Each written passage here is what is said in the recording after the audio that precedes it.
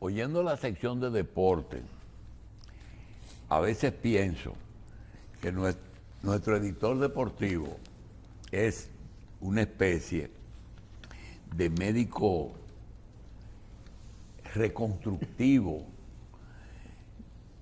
ya que te habla de Tommy Jones, te habla de los ligamentos laterales, te habla del manguito rotatorio y te habla de una serie de cosas que le he pedido al señor Félix de Sena y Peralta que se quede con nosotros para conversar con un médico ortopedista, vicepresidente de la Sociedad Dominicana de Ortopedia y que es traumatólogo. Además, conoce bastante el tema de lesiones deportivas. Así que le pido a Félix que converse con nosotros y el doctor López, porque a lo mejor él está haciendo un ejercicio ilegal de la medicina cada mañana.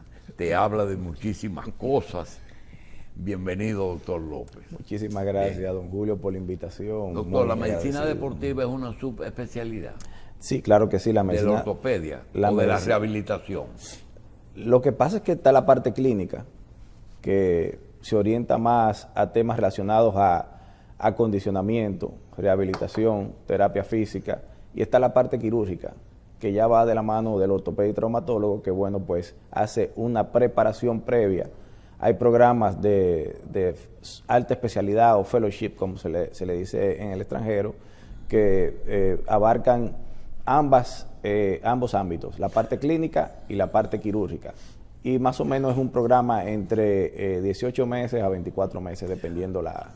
Doctor, para que se pueda hablar con un poquito de base, quiero decirle que en el año 1958 nosotros tuvimos oportunidad de trabajar por primera vez en un hospital y me pidieron que por el curso que yo estaba entrando a la universidad, que no participara en ningún tipo de atención de pacientes de cierto, y que me dedicara a trabajar en ortopedia y en medicina de rehabilitación física con el doctor Martínez Lavandiera en rehabilitación y con Mejía Feliu en ortopedia.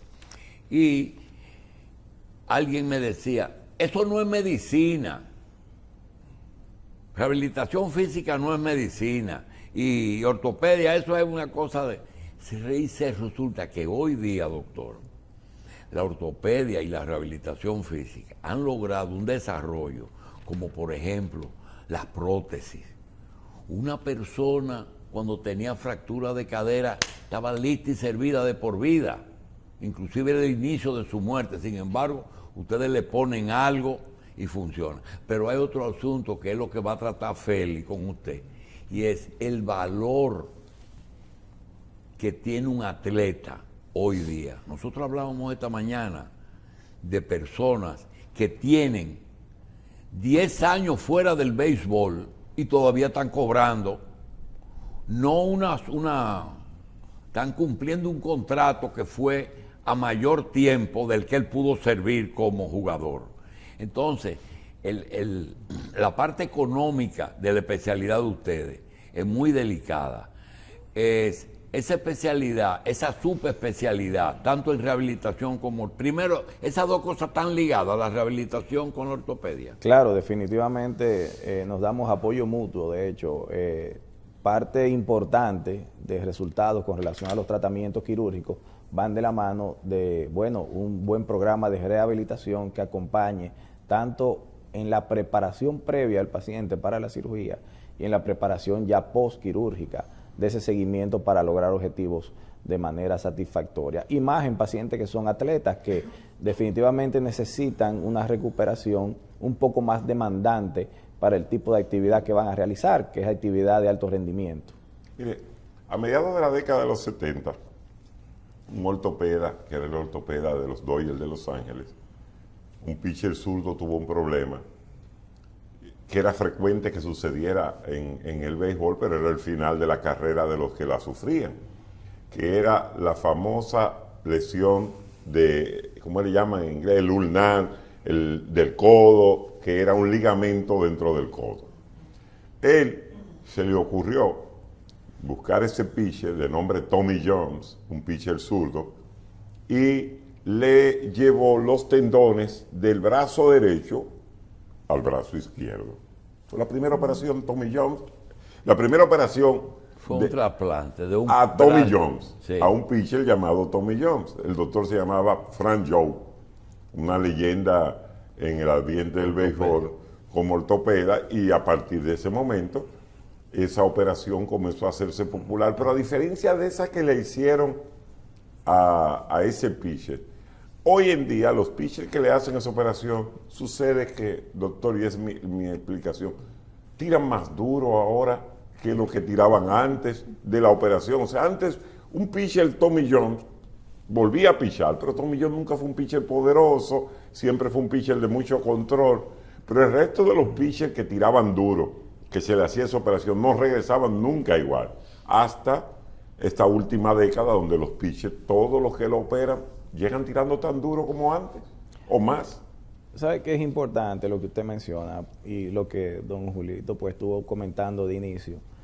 La cirugía ortopédica en los últimos años, según la Organización Mundial de la Salud, es una de las ramas de la medicina que más avance ha tenido en materia tecnológica. La rama de la medicina que ha tenido, está entre las 3 o las 4, que más avances ha tenido desde el punto de vista tecnológico. Y eso tiene que ver mucho con los implantes que están utilizándose, que han ido innovándose, que han ido pues cada vez desarrollando mejores tecnologías. La cirugía de tomillón es básicamente una extracción de, como usted dice, un tendón, el palmar mayor, que se transfiere bueno, a la región pues, del epicóndilo lateral para reconstruir ese ligamento lesionado. Pero ahora se utilizan injertos de tendón cadavéricos. ¿Aquí se hace el tomillón? Claro que sí, claro que sí. La Sociedad Dominicana de Ortopedia en sí tiene un capítulo. ¿Y en qué consiste la operación realmente?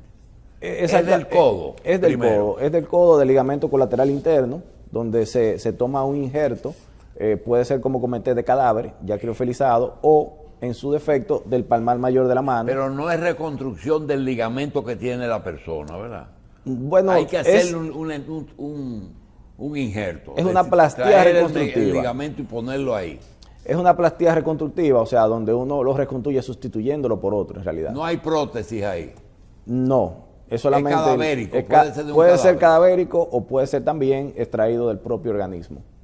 Puede, Sí, lo van puede haciendo en la ser pierna, de doctor, alguna ahora. fascia, buscarla de otro sitio donde haya eponeurosis. Bueno, o ligamento. los estudios no se han hecho en otras, o sea, con otros tipos de tejido, porque también es el grosor del ligamento y el que más se asemeja es el palmar mayor de la mano, que que ustedes sienten Sí, aquí, el carpiano. esa cuerdita tan Sí. dura que se siente en la parte palmar de la mano, o sea, del antebrazo. Y se extrae una buena porción para antes... ¿Y el acto quirúrgico del injerto es un equipo o es un cirujano que hace eso?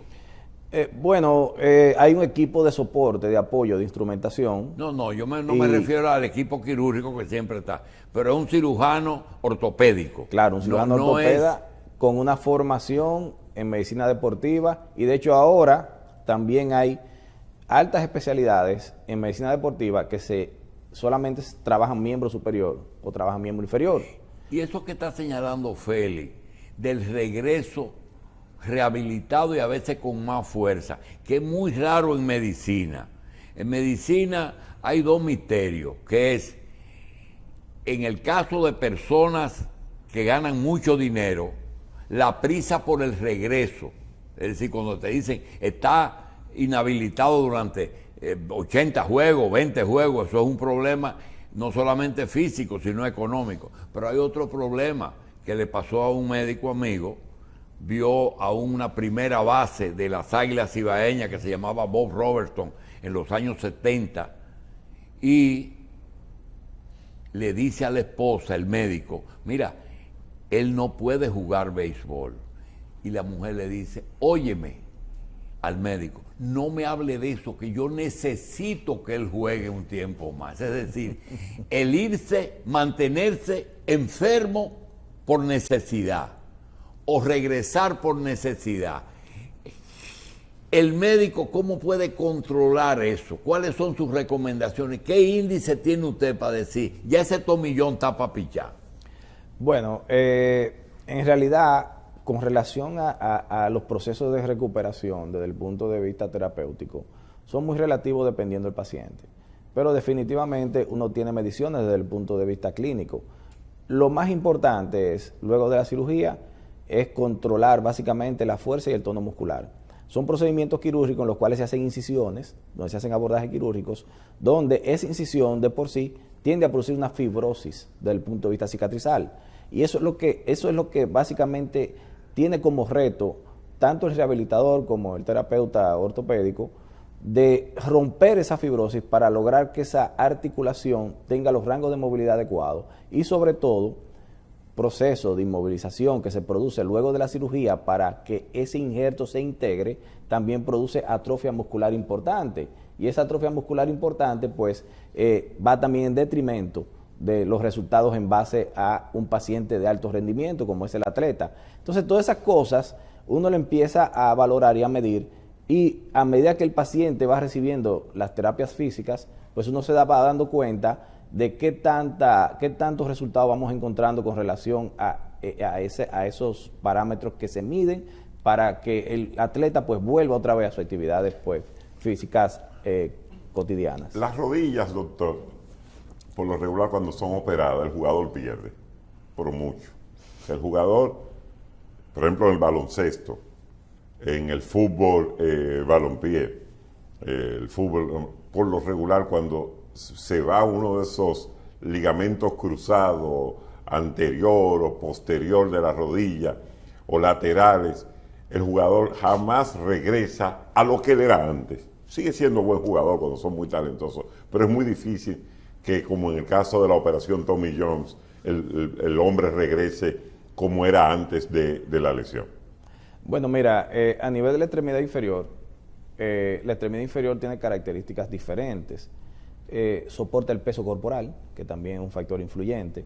Además de que soporta el peso corporal, los movimientos cizallantes relacionados a cierto tipo de actividad deportiva, por ejemplo, el basquetbolista, o sea, hace muchos movimientos cizallantes. Muchos laterales, sí. Hace muchos saltos, el futbolista igual, pues entonces la demanda es mucho mayor. Sin embargo, la cirugía, por ejemplo, que usted menciona de ligamento cruzado anterior, con los años ha ido evolucionando de manera satisfactoria y definitivamente hay pacientes atletas de alto rendimiento que se han operado de cirugía de ligamento cruzado anterior y han podido completar su programa, digamos, de contrato o su carrera deportiva de manera satisfactoria. Claro, definitivamente, lo mejor es que no se hubiera lesionado, por supuesto, pero en materia de rendimiento y cumplimiento, cumplen con sus objetivos. Tal vez no marcan unos récords esperados, pero se mantienen en su actividad deportiva, que es lo importante. Claro, se quisiera llegar a más y llegará el momento, en algún momento de la tecnología médica, que eso se logre. Ahora mismo Hay un tema que sería útil tratar y es que como la economía es vital en el atleta y hoy más todos los días pero también la duración del atleta. Tú tienes que 40 años es un viejo en pelota, ¿verdad? Donde nunca, y 18 años es imposible llegar. La pregunta es que por razones de que vimos a Santiago Jacín que mucho tiempo evaluaba prospectos para equipos de grandes ligas, nunca tuve la oportunidad de preguntarle si se hacía medicina preventiva deportiva o si había personas que había que pasar por la pena y decirle, mire, no te metas porque tú tienes tales o cuales lesiones. Doctor, ¿cuáles son las lesiones que ustedes a distancia pueden decirle a un atleta, no te metas a jugar basquetbol o no te metas a jugar béisbol? Mira, hay características desde el punto de vista físico asociadas a lesiones que predisponen lesiones.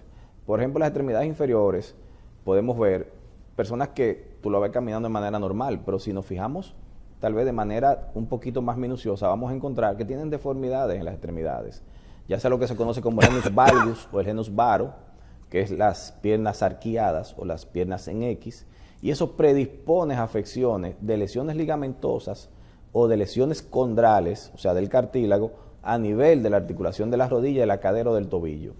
A nivel del hombro hay alteraciones musculares también que se asocian.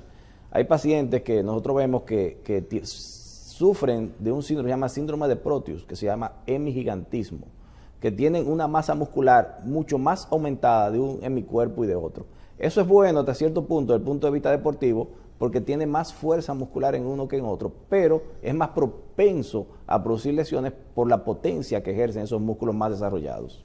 Mire, doctor, eso que usted dijo le costó a los Dodgers de Los Ángeles mucho, porque esa leyenda de la ortopedia, Frank Joe, le dijo a los Dodgers, cambien a Pedro Martínez, porque ese brazo no aguanta esa bola rápida. Vamos a tratar de cambiarlo ahora. Espérate. Que el brazo lanzaba una bola tan rápida Sí, que entonces lesionaba el brazo. ¿Es posible? Él revisaba a todos los atletas de los Dodgers. Sí, y en la revisión que él le hace a Pedro Martínez, él dijo, ese cuerpo tan delgado, 5'10" de estatura, menos de 6 pies. Salgan de Vamos a salir ahora que lo podemos, antes de que se lesione. Pero se lesionó 3 sayón después. ¿Sabes que 3 sayón después. hay personas extraordinarias, ¿no? O sea, que se salen de las Y reglas. eso muscular que usted dice, nosotros tuvimos oportunidad del equipo escogido de ver lanzadores cuyos músculos del hombro como que eran más grandes que el otro. ¿Y a qué se debía eso? Bueno, también. El lanzar desarrolla más el También, brazo. claro que sí. Pero Y de tanto hecho, como que se note tanto. De hecho, es algo que llama la atención, porque en el acondicionamiento físico entrenan más la extremidad que va a realizar el acto de lanzar. Y entonces tú lo ves en el gimnasio trabajando más la extremidad que utilizan que la otra extremidad. Y entonces eso también produce una hipertrofia muscular que le va desarrollando cierto volumen muscular. Es que hay es una patología. Esta mañana Félix estaba dando las informaciones y hubo uno que se fracturó tirándole, haciendo un swing, ¿verdad? Sí, la muñeca de Mike Trout, un batazo de foul, se fue un hueso de la muñeca, ahí lo están viendo en su pantalla. Él terminó el swing, ahí está agarrándose la muñeca, va a estar 2 meses fuera, 8 semanas. Pero no le dio la bola. La bola no le dio, doctor. ¿Y qué fue? Cuando terminó el swing. Cuando terminó el swing parece que se Mire la acción. Oh, sí. Allá Cuando él atrás. terminó, ahí mismo, Ahí se fue seguro el fibrocartílago triangular. ¿Qué se fue El posiblemente? fibrocartílago triangular, que eso es un ligamento de forma triangular que está aquí en el cúbito. ¿Y luego el tratamiento para eso cuál es? Bueno, eso depende del grado de lesión. 15 días de reposo. no, doctor. Depende del grado de lesión. Hay veces que Él hay que... dice, sé de gente, el mismo jugador que se recupera en 4 semanas, pero hay otros que duran 8 o 12. Yo quiero estar dentro de 4 semanas. Es lo mismo que Aaron Judge, el mastodonte de los Yankees. Tiene una lesión, doctor, en el dedo gordo del pie. Entonces, los Yankees tienen un problema. Si lo operamos, lo perdemos por el resto de la temporada. Eso es algo que usted menciona que es bastante importante. Con el atleta hay que ser lo más conservadoramente posible y dejar el procedimiento quirúrgico ya como última opción y buscarla. Claro, hay estándares desde el punto de vista de lesión que uno dice, bueno, de plano lo que toca es cirugía y tus expectativas van a ser estas después de la cirugía y serle claro en ese sentido. ¿Por qué? Porque hay veces que las expectativas desde el punto de vista de la persona o del mismo equipo son muy diferentes a las expectativas que tiene como resultado la cirugía en sí, pero sin importar las terapias. Eso que usted está diciendo, doctor, en un tiempo en que en el consultorio usted está en Corazones, en Otorrino y en Corazones Unidos. Señor. Sí. Y el paciente, hoy día, el conversar despacio no da mucho tiempo, pero cuando usted es médico de un equipo que tiene que darle 25 millones al año a un jugador y que gana por minuto miles de pesos, hay situaciones que ponen a pensar. Por ejemplo, en el caso de un jugador que haya que decirle ten cuidado, con tal o cual cosa, pero no prohibirle jugar. El instinto de conservación limita mucho la función del atleta. Es decir, no me quiero lesionar. Tú sabes que eso es un tema muy interesante, porque el tema psicológico, que también es una de las aristas, o digamos parte de la terapia que se le debe dar al atleta, post lesión o pre-lesión también, es ese, el tema psicológico, porque hay veces que todo sale bien. Resulta que desde el punto de vista de rehabilitación todo bien, desde el punto de vista quirúrgico todo bien, pero está la aprensión desde el punto de vista mental del atleta, del miedo a volverse a lesionar, y eso le limita su rendimiento en materia de resultados. Y entonces ahí es que entra la psicología deportiva, donde un equipo multidisciplinario que maneja la parte psicológica de esa, digamos que reambientación y esa nueva adquisición de la confianza previa al incidente, y ese trauma sea básicamente manejado de manera psicológica para que el atleta ya pueda desarrollarse de manera plena en sus actividades deportivas, porque la parte psicológica a veces es un impacto muy grande, y romper con esa parte de esa aprensión o ese miedo a volverse a lesionar a veces es mucho más retador que la misma cirugía y las terapias. Mira, durante un tiempo, doctor, la gente decía, los que jugaban fútbol en el mundo, nosotros queremos que en Estados Unidos jueguen fútbol para que las lesiones del fútbol lleguen a Estados Unidos, porque la mayoría de las lesiones eran de deportes americanos, y del deporte que ellos no jugaban, que era el fútbol, no tenía, la ortopedia no se había desarrollado tanto en Europa como para mantener en las carreras de esos jugadores. Sin embargo, ahora, doctor, sucede que hay procedimientos que jugadores norteamericanos están yendo a Europa, que no son aprobados por FDA, procedimientos ortopédicos, sobre todo de uso, vamos a decirlo así, de células madre, de plasma sanguíneo, de muchos procedimientos que en Estados Unidos todavía no están aprobados, pero que sí lo están usando en articulaciones. En Europa, algunos jugadores están viajando a aplicarse esos procedimientos. Exactamente, eso se conocen ahora en la actualidad como ortobiológicos. Los ortobiológicos no son más que componentes de tu propio torrente sanguíneo o de tu organismo que tienen propiedades desde el punto de vista regenerativo que ayudan a mejorar la sintomatología, ya sea en ligamentos o en articulaciones. Hay diferentes, digamos, opciones desde el punto de vista terapéutico para la utilización de ortobiológicos, y cada vez se van utilizando más. Lo que no se puede vender es que eso es la panacea y que va a curar todo, porque eso no es verdad. Ahora, ¿es un coayudante? Sí. Es una herramienta que, de hecho, en Estados Unidos, por ejemplo, en la Academia Americana de Ortopedia, ya hay un módulo completo donde se diserta y se presentan evidencias, buenas o malas, de los ortobiológicos, y se llegan a consenso en ese sentido porque ya se le está tomando en cuenta, por el hecho de que simplemente no es venderlo como la varita mágica de Merlín, pero tampoco descartarlo porque definitivamente un aporte hacen a esa recuperación y a ese proceso. ¿Cómo funcionan los ortobiológicos? Bueno, a mí me gusta explicarlo de la siguiente manera. Usted se hace una herida, esa herida sangra, hace un coágulo, ese coágulo hace una cicatrización cuando las plaquetas activan unas estructuras que tienen sus paredes que se llaman factores de crecimiento plaquetario. Pues esos factores de crecimiento plaquetario son los que se aíslan, se concentran en grandes cantidades y se introducen en las articulaciones o en los ligamentos para producir ese mismo efecto que producen a nivel de una herida normal en esa área donde se vaya a colocar. Eso se conoce como plasma rico en plaquetas. También está la opción de lo que es los parches de grasa. Los parches de grasa no es más que la grasa abdominal. Se utiliza mucho en procesos osteodegenerativos. ¿Por qué? Porque, ¿qué es la grasa abdominal? Es eólica, es una especie de lubricante. Es la misma función de un fármaco o de un suplemento que se utiliza en el mercado que se conoce como viscosuplementación o ácido hialurónico.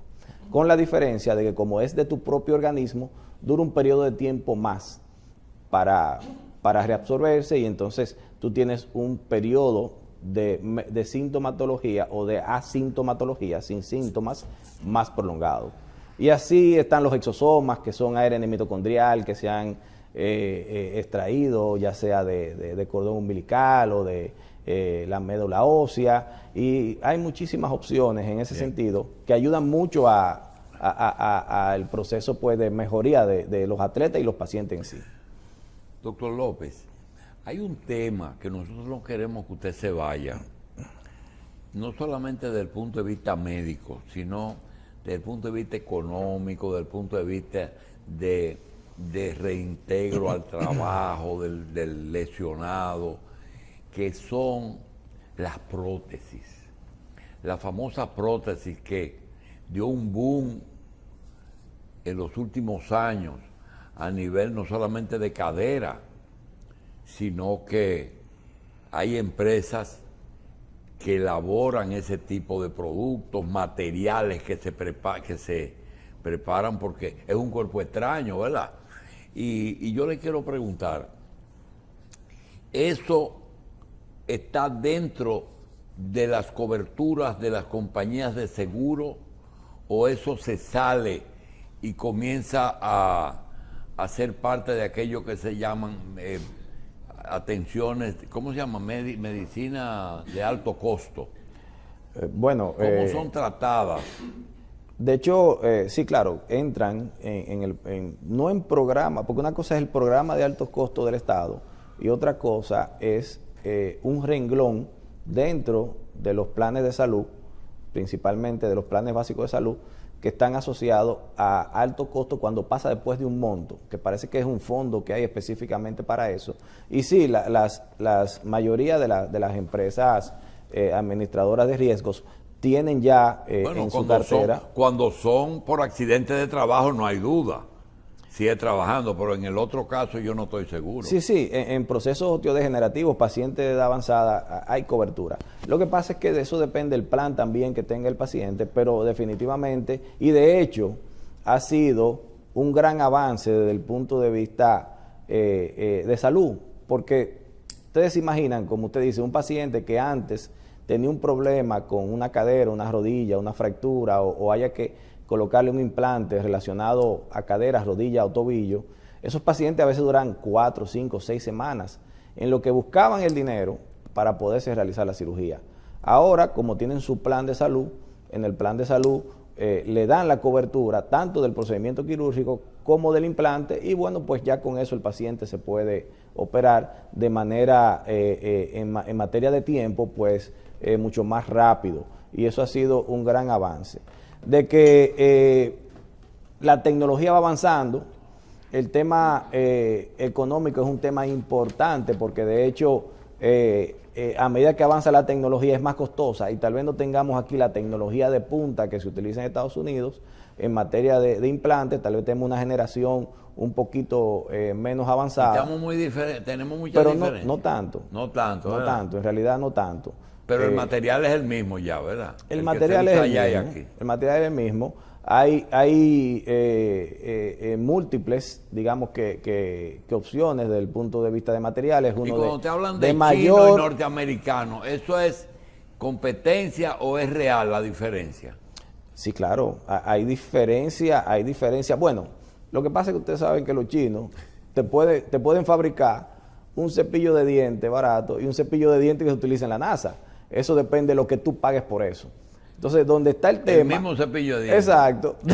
eso está básicamente... Pero el viene con un estándar. En lo que tú quieras pagar, en ese sentido. Y bueno, eso está pasando a nivel mundial. O sea, en toda Latinoamérica.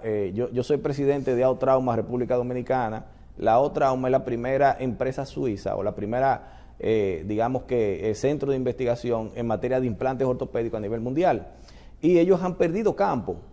¿Por qué? Porque se han ido metiendo los chinos, los indios, y en Latinoamérica han cerrado en Ecuador, han cerrado en muchos países que definitivamente no pueden competir.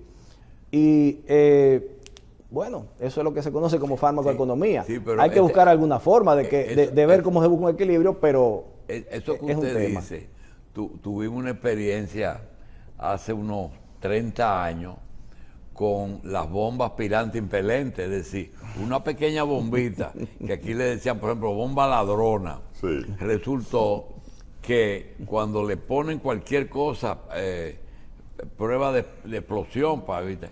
Y tú la pones en un quirófano, es una bomba de aspiración, es decir, para succionar.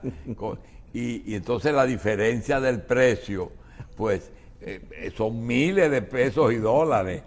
Y eso es lo que uno teme, que por ejemplo, ahora que son... Es más, cuando usted va a una cirugía, los fabricantes te ponen un muestrario que cuesta muchísimo para que tú selecciones la adecuada. Sí, es cierto. Eso es como cuando uno va a la zapatería, uno tiene que tener todos Cuando los números de uno va- zapatos, a una zapatería, Ajá. uno tiene que tener todos los números de zapatos ahí a ver cuál es que le encaja mejor.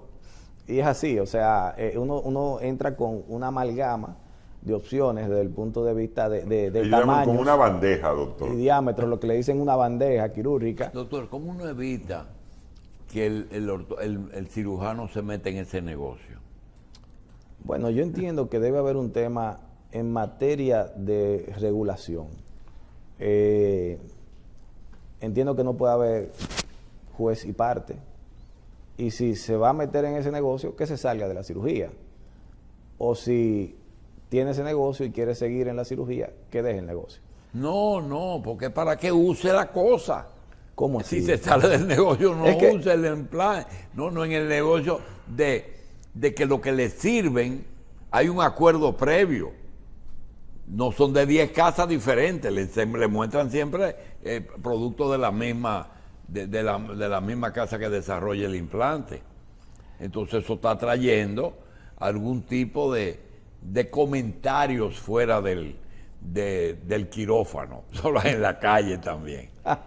Porque es un tema que tú dices, bueno, pero no es falta la ética, pero le sube el costo a las ARS o le sube el costo, todo lo que sea comisionable sube costo, ¿o no? Inmediatamente. Inmediatamente sube el costo. Es así. Pero para no meternos en camisa de once varas, usted no ha oído ese tema, El tema relacionado a específicamente. de que el cirujano puede tener interés en determinados fabricantes de implantes.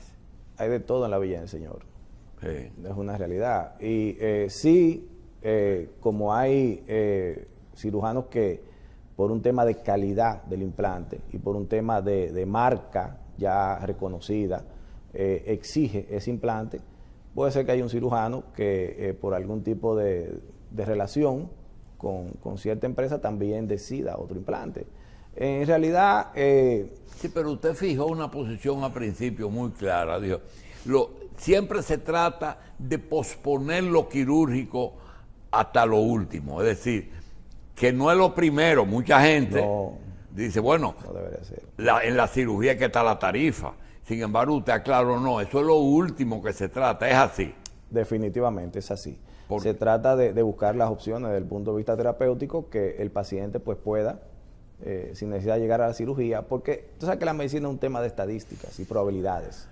Y hay probabilidades que se inclinan más hacia la cirugía y hay probabilidades que se inclinan menos hacia la cirugía. Tú lo que rejuegas con eso buscando la opción de que el paciente no llegue a un quirófano, pero si tiene que llegar, caso de una fractura, 100% probabilidad de que hay que meterlo a cirugía, al menos que sea una fractura no desplazada, que se pueda tratar con algún tipo de inmovilización, pero casi 100% seguro. Pero hay procesos que desde el punto de vista terapéutico uno lo puede manejar de manera conservadora y buscando pues resultados tan óptimos como con la cirugía. Doctor, tan costoso. en el deporte y en emergencia de un traumatológico, de un hospital traumatológico, ¿cuáles son las dos lesiones más comunes que nos trae la literatura mundial? Por ejemplo, en un hospital de traumatología, que llegue emergencia, ¿cuál es? Pero usted habla del mundo, pero yo creo que en la República Dominicana es COVID y radio.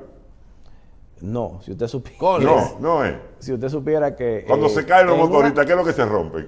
por lo general se fracturan la tibia. Ah, Tibia La y fractura- peroné. porque la tibia tiene la característica de que es una estructura que tiene muy poco tejido en la cara anterointerna y con cualquier impacto pues hay demasiado, no hay una protección muscular. Está muy nada de eso. superficial, ¿verdad? Y se fractura con más frecuencia. De hecho, la No estadística tiene habla, músculo en la parte delantera. el área desnuda de la tibia se conoce esta área acá donde usted se topa la espina tibial o la parte Tibia interna. es una, entonces. La tibia es una de las más frecuentes que vemos. Hay una alta incidencia después de la pandemia de agresiones, una cosa increíble. El tema pandemia ha revolucionado el tema, hablando de lo psiquiátrico que estuvimos hablando, no sé si fuera de cámara, donde ha habido un aumento de esos problemas de salud mental y ese nivel de tolerancia, esos niveles de ansiedad han aumentado bastante y se reflejan en las emergencias porque son agresiones. Doctor, y la pleitos. costilla ha disminuido, la fractura de costilla, ¿verdad? Si usted Porque supiera, antes ver una gente con una faja era muy normal, que una costilla, pero ahora he visto como que... bueno, lo que pasa es que la tendencia terapéutica ya no es usar faja, ya es simplemente reposo, medicamentos y solamente controlar la neuritis que produce postraumática, que es bastante incómoda.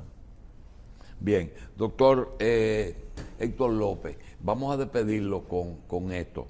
Él nos dice que tibia puede ser una cosa. El accidente más común es el motor aquí. Claro, pero por mucho. Accidentes de tránsito, bueno, recordar que República Dominicana, por mucho, es el país con más muertes por accidentes de tránsito. No accidentes de tránsito, muertes por accidentes de tránsito. La última vez que revisamos la estadística estamos hablando por 60 por cada 100.000 habitantes. Y el que nos sigue está en 45, 46, que es una isla de la Polinesia, que es del tamaño de La Vega. O sea que por índice poblacional también nos vamos por mucho. Una ñapita, doctor. Del 100% del paciente que llega a su consultorio, ¿qué por ciento es mujer y qué por ciento es hombre? Una relación de 1 a 3, mujer. De cada 3, una mujer. Sí. ¿Y niños? Niños, sería más o menos un 25%, y más para esta fecha, que están de vacaciones. ¿Problema de nacimiento o de No, traumatismo? accidente ahora que están de vacaciones. Ah, ya. Se tiran Sí, por donde quiera, doctor. bueno, y en tiempo de mango, muchas ganamos más de mango. Al doctor Héctor López, médico ortopedista, traumatólogo, vicepresidente de la Sociedad de Ortopedia, está en Otorrino y está en Centro de Corazones Unidos. Corazones Unidos. Gracias, doctor. Muchísimas gracias por la invitación, muy agradecido.